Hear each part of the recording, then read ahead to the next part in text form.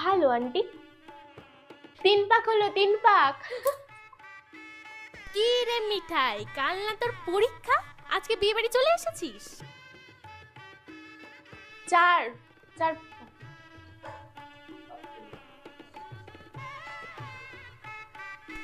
কি রে মিঠাই, তোর রেজাল্ট কত তারিখ যেন? রেজাল্ট তো আমার ডিসেম্বরের 20 তারিখ আন্টি।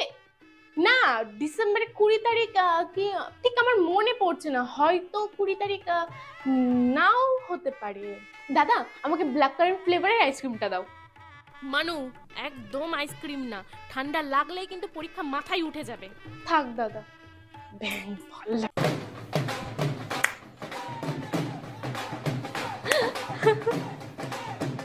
মানু, আর নাচতে হবে না, তাড়াতাড়ি বাড়ি চল, বাড়ি গিয়ে পড়তে বসতে হবে। এই বিয়ের টাইমে এই পরীক্ষাগুলো কেন হয়, কেন?